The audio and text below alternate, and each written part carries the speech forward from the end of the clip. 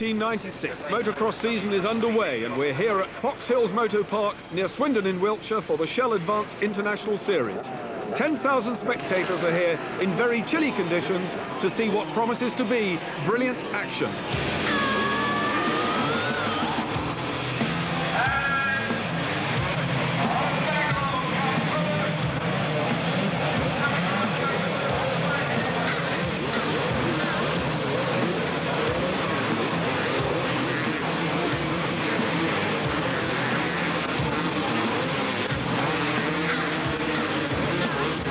We have three classes on the bill today. The 125s are always good value for money. Our prime event, the 250cc class, and the open class includes some big booming four-strokes.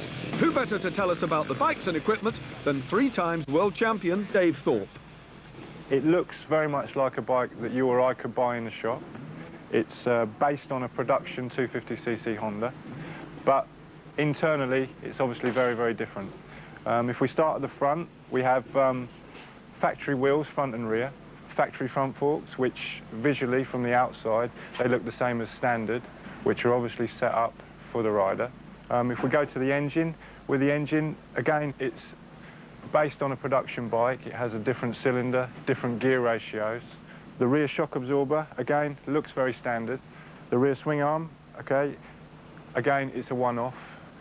So really, in terms of visual impact, it looks like a bike that you or I could buy, but in real terms, it's a one-off.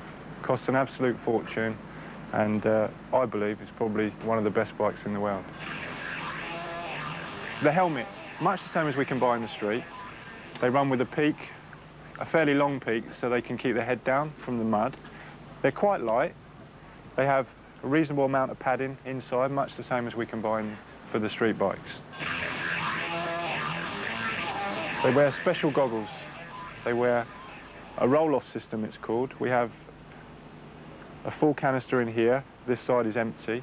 When the mud runs on the lens, the rider pulls this side and the clean film comes across, the dirty film collects in there, so they have clear vision the whole of the race. The chest guard, really and truthfully, it's more for the stones. If he's behind a rider, the stones hurt your chest a great deal. We have to have a happy medium between being relatively safe in terms of from injury, but also we have to be very flexible. It's no good if we're trussed up very, very tight, so it has to be quite nimble. And finally, the boots, generally quite stiff in the ankles, so that we have lots and lots of support in the ankles. Very, very light. You wouldn't know that you've got them on. And again, good protection on the front of the shin bone for stones that are coming off of rear wheels. Bikes are getting a lot of drive out of the ground, and the stones coming off the rear wheel, they hurt. So we need that bit of protection to stop the roost, as we call it. And that's really it. Well, let's take a look at the top riders in the 250cc event. Number 7, Justin Morris. Number 2, Belgian Jamie Skevenels. Britain's Rob Herring, number 5. And number 1, the man to beat, Stefan Everts. Reigning world champion last year on Kawasaki, this year riding for Honda UK. Well, for me, it's one of the best GP tracks in the world because it's with the big steep hills. It's real motocross. A motocross bike is built to go off hills, to jump for big jumps, and to go to the worst conditions what's possible. And this track is really nice for that. You have the big hills, the big jumps. It's perfect. Stefan Everts is in very determined mood and will be very difficult to beat. Position on the line is by ballot, and Everts draws number 11 and seems very happy with it. His one big threat, Britain's Kurt Nichol, will not ride due to injuries. Obviously there's a lot of good riders here, Stefan Everts being the notable one, but the conditions certainly would have suited me. But it's nice and muddy and English going. But you know, there's 2 more rounds to go in this series, and hopefully come May, I shall be plenty fit enough to give Stefan a run in those races. Well, that remains to be seen, but this is what the crowd has come for here at Foxhill. The first of the 3 250cc legs, 35 riders on the line. We will be joined for this race by Dave Thorpe for his expert comments. From time to time, watch the gate as it drops towards the riders, and away they go. Second gear, the first of the men's a right-hander, a good wheelie by Justin Morris. powering out of the gate, but it's Everts, number 1. The reigning champion, 250cc world champion, hits the front though. He's pursued side by side over the jump. Number 7, Justin Morris is with him, and it's Morris narrowly in front. Everts though challenging hard. Oh, and a bit of a mistake by Stefan Everts. Left foot off the footrest, but he leads the youngster. So Stefan Everts, number 1, leads. Justin Morris, no real surprises here for the 1-2, but who is it in third? Looking like number 5. It is indeed number 5, Rob Herring. We would have expected Herring to be there. Didn't get the best of starts, but he's in third. This Foxhill circuit in great condition. Just look at the steepness of the first of the Foxhills as they plummet down that drop, turning left at the top. They'll go away. Off comes a rip-off lens. Down the other side, Everts still leading. Dave, these descents very, very steep indeed, and yet the track, despite the weather, seems to be holding up. Oh yeah, we've got tremendous conditions today. The track is going to develop as the day goes on. It will dry continually, and I suspect we will have tremendous racing. A quick glance over the left shoulder of Stefan Everts. Now, these are short races. He can't afford to make any mistakes. Even at this early stage, he'll be riding with all the composure of a true world champion. But I take my hat off to Justin Morris, number 7, who hasn't given up the fight. He's riding really, really well. And his machine, interestingly enough, an over-the-counter production machine, nothing like as quick, nothing like as specialized, and what's more important, nothing like as expensive as the number 1 bike ridden by the world champion. So it just goes to show that you too, if you have a mind to that is, can go along to your Honda dealer and buy an over-the-counter machine. A bit of chaos though at the little drop there. Rider fortunately okay. The struggle's going to be picking up his bike. The number 85 there, Sean Cousins, the leg back over the Honda, but as I say, these are such short races, we have to assume that young Mr. Cousins' race is over, certainly for leg 1. Early in the season, of course, and a lot of the riders might be using this as a training ground, or at least to make sure everything is settled in. David Campbell, number 15, taking off a rip-off there. Now as good a time as ever to tell you who's in the lead, and it's Stefan Everts, number 1. In second place, number 7, Justin Morris. Looking for the third place man, 17, that's Kelly Swanson from Northampton. There goes Herring. Number 15, David Campbell, and completing the top 6, the Belgian Jamie Scavenels, number 2. So Scavenels shaking his fist at somebody there. He's delighted with his performance. The riders filing their way round that left-handed hairpin. It's nip and tuck, no quarter asked, certainly none given. And look at the spectacular style of the number 15 Campbell. He came over there. There's Scavenels again. Scavenels number 2, closing the 5 riders ahead of him down on yet another Honda. Scavenels, David, not a name I know. What's his background? Jamie is a very, very up-and-coming Belgian rider, very good rider, lots and lots of talent, and I would expect he would force his way through very, very early on. Well, it'll be interesting to see if this race is going to develop into a Belgian 1-2, because we certainly have a Belgian in the lead, and it's Stefan Everts, number 1, who is sailing round there as the number 25, Dennis Hewitson on the Kawasaki. Oh, and a fallen rider there. Fallen rider looking just a little bit second-hand, and quite what happened there, I don't know, but the machine lying dangerously in the middle of the track at the bottom of that deep descent from one of the Foxhills. Now, fortunately, the rider not looking too seriously injured, clearly just a little bit dazed. David, any idea what happened there? Very much like it was Jeff Perrott. It looked like he lined the rut up very well. I think maybe there was a rocking at the end of it, because it didn't look like he was doing anything wrong. It just caught him completely unawares. 17, Kelly Swanson, a good ride by Swanson from Earthlingborough on yet another Honda. So the Honda teamsters very much a force to be reckoned with here. Absolutely no other make in the running apart from that Kawasaki of the South African Hewitson. Rob Herring, number 5, making it very clear that he intends to grab third place from the number 17 rider, Kelly Swanson, ahead of him. Rob Herring then lining him up for the left-hander. Is Herring going to make his move at this point or on the exit from the corner? He is closing dramatically. He powers the Honda alongside Swanson the long way round through the rut side by side. Number 5 then Rob Herring up into third. Kelly Swanson 17 relegated into 4th. Dave, that was a brave move. A very good move on Rob's part. He lined him up very, very early on after the left-hander. After the right-hander before the tabletop, he carefully moved across to block Kelly's line. Tremendous move. It looks like Rob's very much on the charge. Now with a relatively clear track ahead of him, number 5 then Rob Herring. Oh, and the rider stalls there. Bit of a traffic jam. Riders going to the right, riders going to the left. Will that prove to be a problem for the leaders? I doubt it. These the tail enders then. We are watching now the order further down the race. The gap between these riders in terms of ability and the race leader, unbelievable, Dave. Oh yeah, Stefan Everts, world champion. These riders are really made up of club riders, so there's a tremendous difference in ability. Number 81 there, Rob Cherry, scrapping to gain at least another place. Points, of course, awarded in this race down to 15th place. 20 for the win, 17 for second, 15 and so on, all the way down to 15th for 1 point, and indeed a not inconsiderable sum of money. So they're out there fighting with the best of them to get whatever they can in terms of points and prizes. A good crowd here, 10,000 spectators. Scavenall's number 2 has gone past number 17, Kelly Swanson, so whilst of similar ability, it looks as though the Belgian has risen to the occasion here at Foxhills and is pulling something out of the bag. Kelly Swanson disappears over the hill.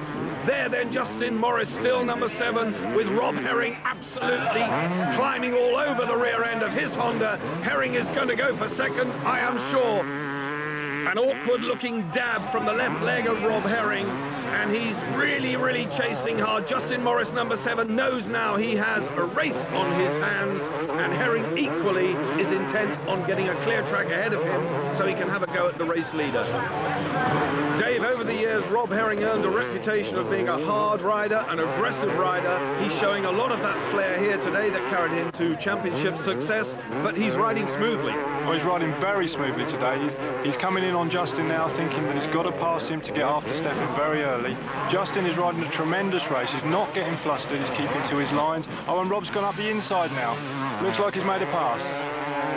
Well, that was a good move. I wondered if he'd get the drive off the banking, but certainly Rob Herring now up to second place. Oh, and a momentary stop there. Grabbed the clutch. It was away again, but just stopped for a fraction of a second. And I've seen people do that in internationals to baulk the man behind. Was that a Rob Herring ploy? I wonder. I bet you've done that once or twice in your time, Dave. Oh, I wouldn't think so, Barry. Rob Herring then, number 5, now firmly established in second place. And Stefan Everts, the race leader, teammate Stefan Everts, 1995 and reigning world champion, is the clear race leader. We are watching him now. The composure of the man, the immense ability that took him to that 1995 title, albeit on Kawasaki, something of a sensation when he changed camps at the end of the season and signed for the Honda team. Tail enders then ahead of him. Number 53, the tail ender there, Howard Stanfield from Stockbridge down there in Hampshire. Always a tricky time. Scavenall's number 2. Justin Morris throwing away a wonderful souvenir, a pair of goggles to someone in the crowd. And Jamie Scavenall has rocketed past Justin Morris. So Morris then now without goggles. That could prove difficult, Dave, in these conditions. Yeah, Justin throwing his goggles away. He's really had to concede to Jamie because there's no way that he can attack him now. He will have to step off and keep to his place. Everts then with the checkered flag almost in sight, scything his way through the tail enders. What a convincing display by the Belgian. A terrific ride. You can see now that he's settled, almost cruising. Just a left-hander now between Everts and Success in leg 1. A look over the shoulder, contemptuously almost, but Everts takes the checkered flag. Rob Herring will have to work very hard to improve on second in the next 2 races, but there it is. The Belgian took the win. Rob Herring was second, Scavenall's third. Hewitson on the Kawasaki was 5th, a good first leg.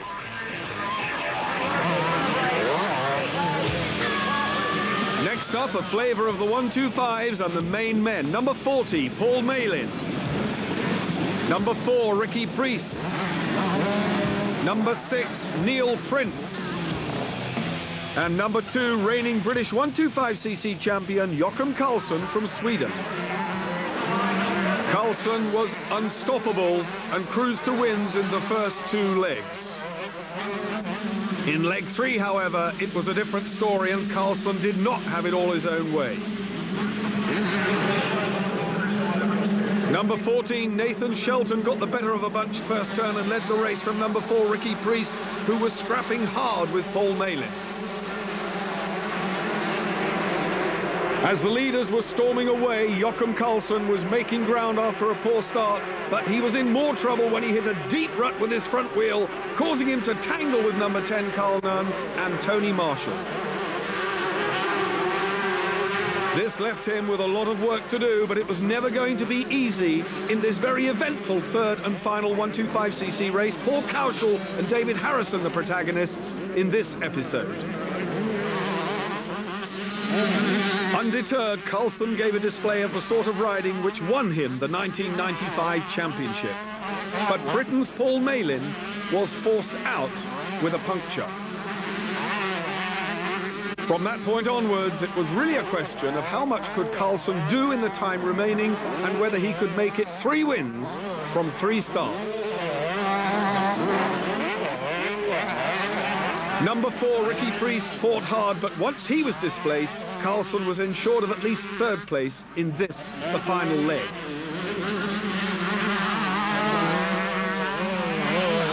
Nathan Shelton, meanwhile, was making the most of his opportunity, and followed by the Dane Brian Jorgensen, kept Karlsson behind them. And when Karlsson crashed again on the penultimate lap, the pressure was off. A well-deserved win for Shelton put him well up the table.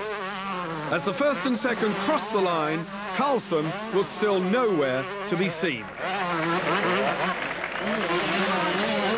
First I crashed on the first lap. In the second downhill I was past the guy and I went into a rut with my front wheels. I went over like sideways. And then I crashed just with 2 laps to go, and I had them just in front of me, but then I did a mistake down the hill as I crashed, but it's all right. Well, a great result for Karlsson. It could have been 3 out of 3. You can see exactly why he is the reigning British 125cc champion. Had he won 3 races, he'd have had 65 points. Pratley, though, consistent, didn't score very well in that one, but he rode well in the first 2. Jorgensen, Nunn, and Nathan Shelton. Can Rob Herring turn the tables on number 1 teammate Stefan Everts in this, the second leg of the 250cc Shell Advance International here at Foxhills? Riders being shown the 5-second board. Watch the gate as it drops towards them. All the clutches are home. 35 riders charge for the first right-hander. Kelly Swanson is there as they go round, and another great start by number 7, Justin Morris, going the wide line. Stefan Everts is there with him. This is almost a carbon copy of leg 1, except that Justin Morris, number 7, has got a better start. Except that number 5, Rob Herring, is now there in 3rd, and a good deal closer to Stefan Everts than he was in the first race. Morris then leading. Kelly Swanson, number 17, is there as well. They are very, very bunched up. It's tight company. Number 33, Jeff Perrett, was pushing hard there as well in 5th place. These first 2 laps, Dave, anything can happen. Very tense moments. Yeah, very tense. The riders will have to make sure they're very smooth and accurate in the beginning, because any mistakes early on will cost them dearly. Number 25, Dennis Hewitson on the Kawasaki, looking polished as well. But still, Justin Morris leads the first race winner and the reigning world champion. Through on the inside, though, a masterful piece of riding by Stefan Everts. But Morris has not given up. Side by side, still fighting back. This is a brilliant performance by Justin Morris. Absolutely brilliant. Justin is riding out of his skin. He's going to fight very early on and try to keep with Stefan as long as he can. Rob Herring will be very happy that he's in 3rd place and very much in touch with Stefan. A lot to be learned, I guess, Dave, from following a world champion, but at the same time he's got a former British champion and a man of no mean ability breathing down his neck. So Justin Morris, what's going to... Oh, dear me! And the front end went away there. Rob Herring was down. He surrendered 3rd place. He was pushing hard. What was the problem? He lost the front end. Rob will be kicking himself now. It was a very, very silly mistake, and one that's really going to cost him dearly in this race. It's going to be very hard to catch Stefan again now. He was a bit out of the saddle there as well, Rob Herring, just a bit erratically. He's lost his composure. Just a little bit scruffy, I think Herring's riding was at that point, but as soon as he gets back in the groove, and as I say in the groove, he goes through a very deep groove indeed. The battle now at the front is well and truly alight, but the race leader established. The first race winner is out there in front again. Justin Morris in second. There goes Kelly Swanson, number 17. He is having the ride of his life. Rob Herring battling very, very hard. Hewitson and a faller in the mud. They're struggling to pick the bike up. Number 85, that's Sean Cousins, who fell in the first race. So young Mr. Cousins not having a good day, but it can't be easy, David. No, it can't be easy. The conditions are very, very rutted now.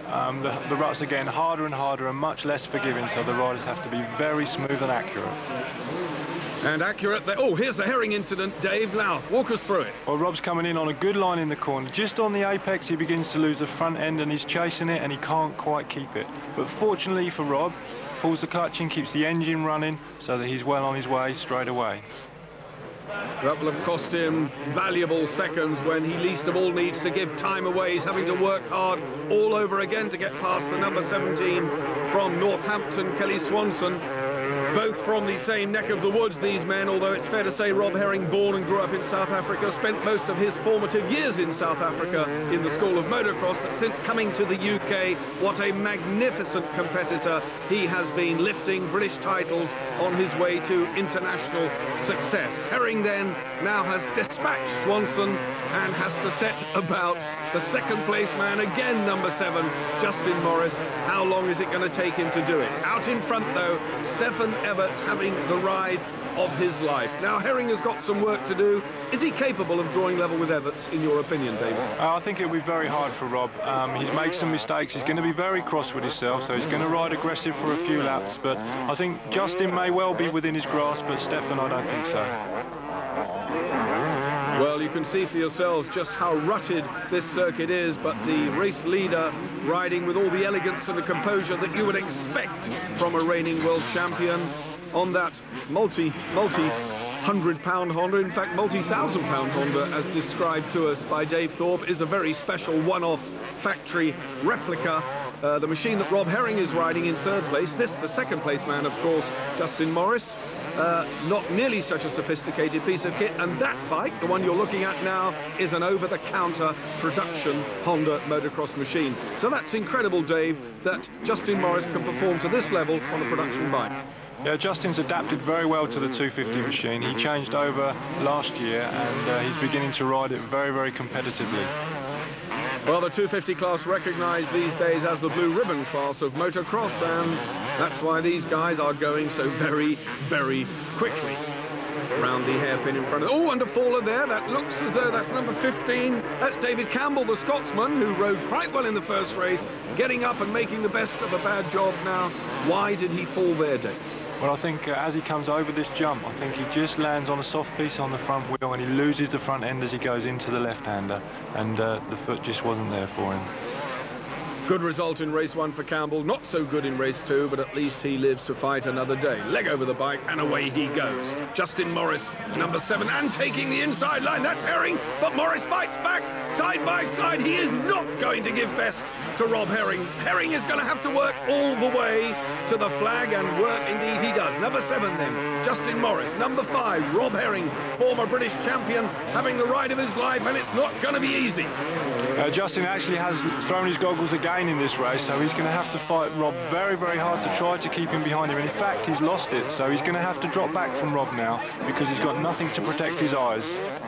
Oh, well spotted, Dave. I certainly didn't pick that one up, but now we can see clearly in camera shot that the number 7 rider does not have goggles, so the stones, the mud, all the discomfort that's being thrown back at him from the rear wheel of Rob Herring's 250cc bike means that he's got to drop back and give Herring breathing space.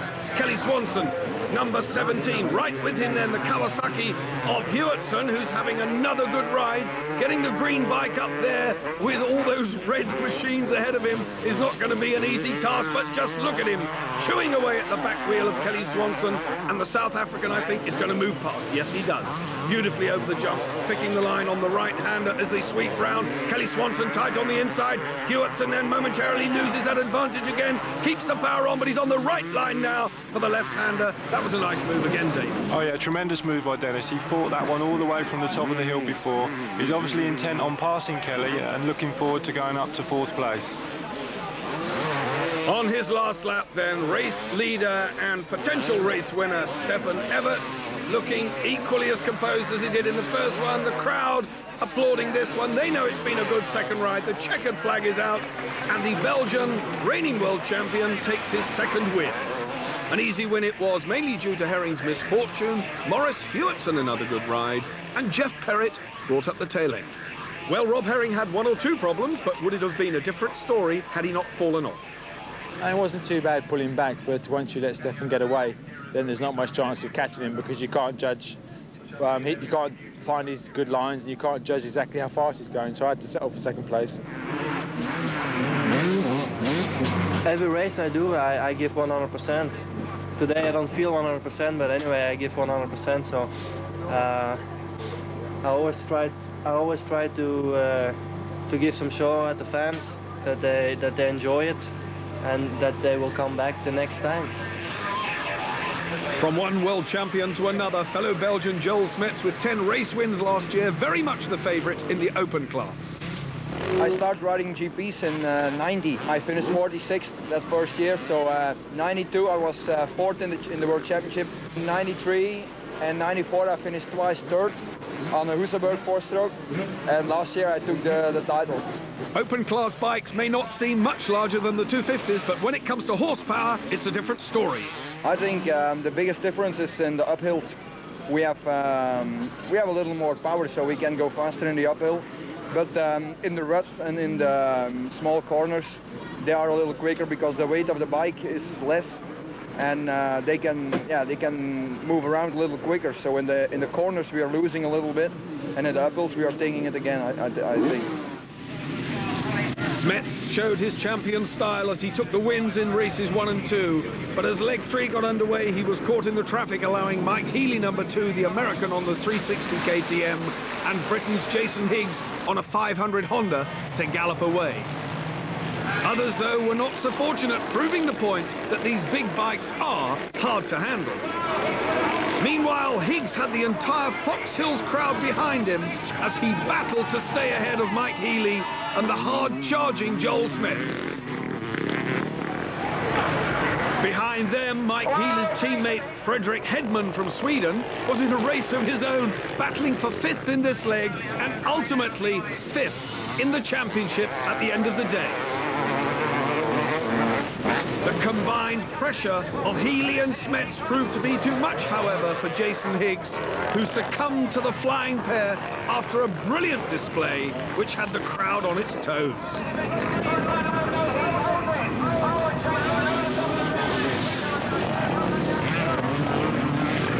Joel Smets was unstoppable, and his Grand Prix experience showed as he absolutely wore down the opposition. He stalked Healy until the slightest error allowed him to sail past for race win number 3. So there you are. A good day's work for Joel Smets, delighted the young Belgian. Top of the poll here, 65 points from 3 straight wins. 3rd and 4th, Smith and Higgs, our hope for world honours in 1996. The riders then forming up for the 3rd and final leg here of the 250cc class at Foxhills. Is anyone going to stop the domination of this event by Stefan Everts? Watch the gate. If the section immediately in front of the riders is touched, it will not drop. But drop it does all the way across the start-finish straight, and they're all away. All 35 of them, and all bit of contact there. That was close, but for the first time today, Stefan Everts gets the whole shot from the word go and is unchallenged down the hill by Justin Morris, although having said that, Morris is there lurking. Number 87 going well, James Jose, that's a great start for him. Kelly Swanson, number 17, forcing through, and it's frantic action from the word go. But it looks as though Everts has put his name on this race. We shall see though, still a fair way to go. Halfway around the first lap, riders sorting themselves out, Morris in 2nd. Swanson, number 17, in 3rd. Number 33, that's Jeff Perrett in 4th. That's a good start for him. Through the tricky section at the bottom of the Foxhills. Up the other side, it's as easy as that, high in the air. Look at Perrett, charging hard, he's going for it. Jeff Perrett then, number 33, go, oh dear me, he's down. That was a tricky one, his handlebar was hooked away as he went through on the inside of Kelly Swanson. but he's still on. Kept the engine running, clutches in, he's away down. Oh no, he bumps it. He's away. There's the race leader. Stefan Everts then, blissfully unaware of the drama behind him. Oh, having a quick look just to see indeed what's going on. David. Well, Kelly ran a little bit wide on the left-hander, held his line very well, and they were just very unfortunate that they touched. Jeff was very lucky that he fell off at the top and not on the way down the hill. If he'd have fallen off over that lip, it would have been a big crash. Well, you've ridden at Fox Hills many times, Dave, and I've certainly been to the circuit. Haven't been round it, but those hills are very steep, and you're quite right. Would not have been fun to tumble end over end down the Fox Hills. Kelly Swanson in third, there's Herring in fourth, there's Hewitson, the South African, and as the pack stream through, we're now down into the lower order. And Jamie Scavenell's number 2 there, well down the pack, Dave. Yeah, Jamie got caught up in a collision. Rob Herring was very fortunate on the first tabletop that he got someone collide into the side of him, and Jamie had to back off, which has caused him to be well down the pack. Well, he's going to have to work then to get to grips with the top 4 or 5. Can he fight his way through? Number 2, the Belgian we're talking about, in your picture now. Scavenell's then popping up behind the number 37 rider of Gary Hoptrop, that is, riding number 37, about to fall under the hammer, I think, of Scavenell's. Number 63, Paul Coward there on the Kawasaki, working hard round the outside of the number 87 bike. The number 87, indeed, James Jose, the man who had such a flying start in the early proceedings of this race. But there we have Kelly Swanson, number 17, side by side with Rob Herring. And Herring goes through on the inside and points his machine down through the mud at the bottom of one of those very, very steep drops. And they are pretty daunting, those hills, David. Oh, these hills are very steep, possibly some of the steepest hills we have in Europe. When the riders go over the top of them, it's like going off the edge of a cliff. It's almost vertical when they land on the downslope. Well, just think about that when you're sitting at home watching this. It's not all milk and honey being a motocross rider at this level, and they really are forcing on something, an average speed round here approaching 40 miles an hour, even in these conditions. It is a desperately fast circuit and has tremendous spectator appeal. The battle down the lower order just as hard. Dave, these riders seem to fight all the way down the race, no matter what their position. Oh yeah, it's very competitive. The riders are fighting for every single place they can get. And in fact, the circuit now is in perfect condition. This third and final race, the lines are well developed. There's lots of braking bumps and the riders have got lots of options now.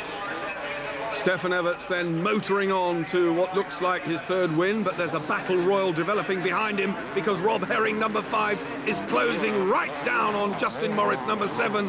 And is he going to get past? Herring knows full well that at this stage in the race, he has to get past the youngster in second place if he's going to have anything like a crack at the race leader. Herring then, number 5, former British champion in the wheel tracks of Justin Morris, number 7. And where's he going to pick him off, Dave? Do you know, or does he know? No, I think Rob's going to force on to Justin now and try and force an error. Through the inside almost, lining him up on the inside, no, having to follow in the wheel tracks down that very difficult descent, but he's through. Oh, it was as easy as that, and a cheeky look over the left shoulder, as much as to say, I got you there, mate, I had you, I'm home and dry, I'm now in second, and only one man is in front of me, and I'm determined to get him. Now, is there a chance, maybe this time, in this race, Dave, for the number 5 rider to catch the race leader? I very much doubt. I think Stefan's got the race totally under control. He's picking his lines well. He's got a clear track ahead of him. He's had the possibility to have a good look around at his own pace, and I think Rob will find it very hard to catch up. Oh, Scavenell's went through. Scavenell's pushing hard now, the number 2 Belgian. So Jamie Scavenell's working his way up past the riders. He's got to get in the top 4 if he can to pick up those points. Remember, 13 points at stake for 4th place, 15 for 3rd, 17 for 2nd, and 20 points will go to this man. If he comes home in the lead, he will pick up an additional 5 bonus points, moving him on to 65. Nothing appears to be standing in his way, but here's Rob Herring. That gap now noticeably closer, and can Herring do it with such little time remaining?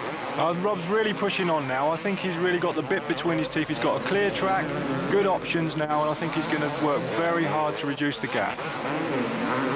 Well, this is the point in the race when maybe the race leader Stefan Everts is coming up on some tail enders, and there's many a slip twixt cup and lip. The old adage goes, could it happen to Stefan Everts here at Foxhill today? The number 77 rider, Matthew Skeet, on a Kawasaki, holding up just a little bit of progress there. Number 65 behind him, Simon Downing. So here we have one of those fierce mid-race tussles between the riders in the lesser order. And they need to stay, they will have to stay, hopefully out of the way of the race leader should he come round to lap them. They have no less enthusiasm than the race leader, and they're having a good battle between themselves. However, the circuit here in good shape, and nothing, I think, is going to stand in the way of Stefan Everts, barring some misfortune, mechanical breakdown, or at the very least, I guess, a tumble. But he's been flawless, he's ridden immaculately. These riders still having a battle royal. They really are scrapping tooth and nail. The number 65 there on the Kawasaki, Simon Downing, he's holding them up all the way from Scotland. That's a long run. Back with the race leader, though. Stefan Everts looking impeccable. Well, Stefan has a problem, I think. His left-hand radiator shroud is obviously hit a track mark at the side of the track, and it's come loose. This could enable Rob Herring to manage to close the gap towards the end of the race. Oh, well spotted, Dave. I certainly didn't pick up on that one. Oh, and a rip-off there. A little pull on the roll-off lens. That means he's looking through a clean window again, but definitely there is something on that radiator flap. If you look at the left-hand side where his knee is, it's a bit wider than the one on the other side.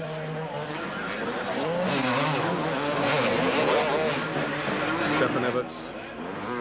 Complete composure, what a style, getting a pit board there telling him just where he is in the race as if he didn't know. On his last lap now, Stefan Everts, the checkered flag, not that far for him now to make it 3 in a row here at Foxhills. And what a display of riding, Dave.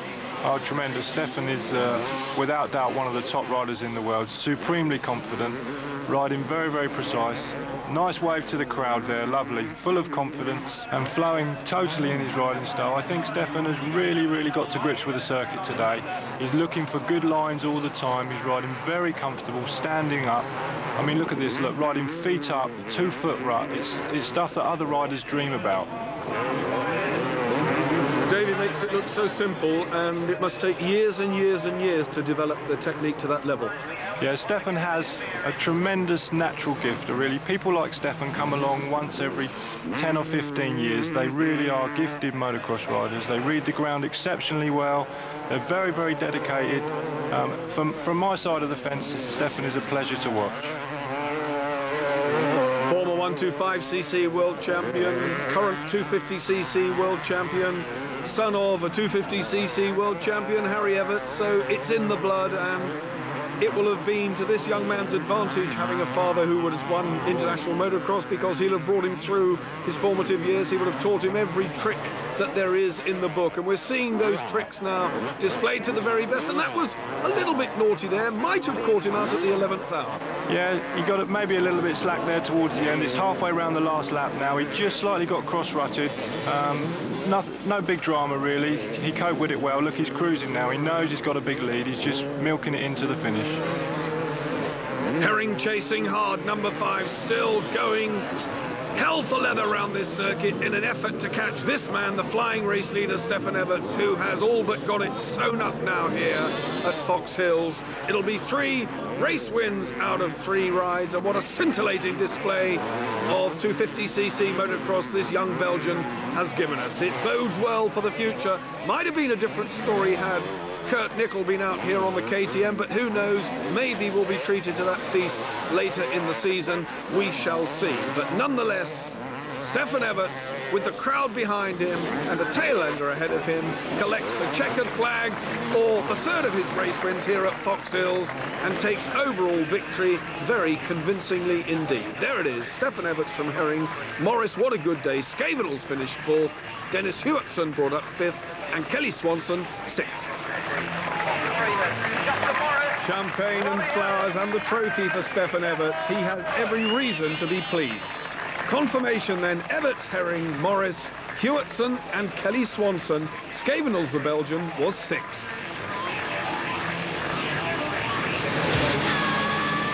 We hope you enjoyed our coverage today from Foxhills. One man who definitely did was Justin Morris with 3rd place. Personally, I'm very happy, you know. I haven't really been racing that long in the adults. I'm only 20 years of age, so, I mean, compared to the other guys who are like 25, 26, whatever, so, yeah, I'm very happy with today. It's been a consistent day, at least. I think my speed needs to be improved slightly, and definitely the bike needs to be improved as well. Compared to Stefan's bike, it's definitely down on power a little bit, but I'm quite pleased with today. I rode steady and I rode comfortably. But no mistaking the man of the moment. World champion Stefan Everts. New bike, new team, and he intends to keep that #1 plate.